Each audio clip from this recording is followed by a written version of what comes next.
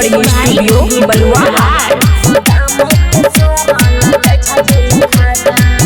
हमरा सुते के मन करे राजा, अब लेलन भरी के पाजा।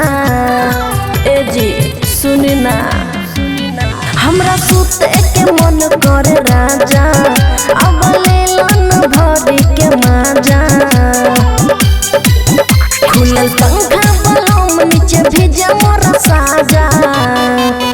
अरे राजा हो राजा ले लाता हूँ माजा, गोदाम के सरल जा दोनों खाजा। राजा हो राजा ले लाता हूँ माजा, गोदाम के सरल जा दोनों खाजा।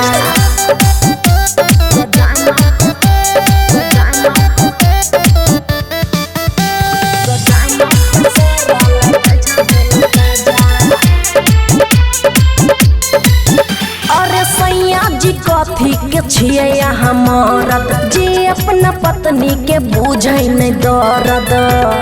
यो सुनू ना, ए पिया हो लाली ओठ लाली, तोरा बिन छा उपास। ए बलमू चढ़ल जवानी, अब ता भह जेतै नास। रस भरी रसगुल्ला चूसे आजा। अरे राजा हो राजा ले लाता हूँ माजा, गोदाम के सरल जा दोनों खाजा। राजा हो राजा ले लाता हूँ माजा, गोदाम के सरल जा दोनों खाजा।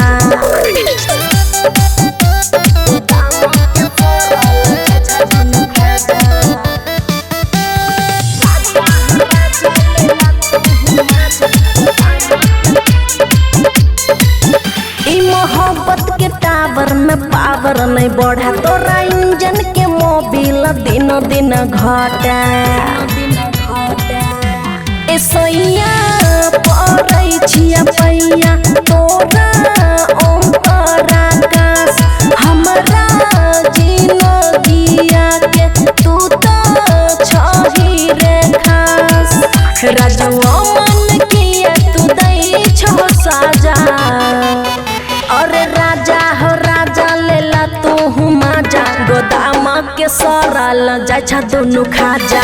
राजा हो राजा ले ला तू हूँ माजा, गोदाम के सरल जा दोनों खाजा। आवाना खुशी रिकॉर्डिंग स्टूडियो बलुआ।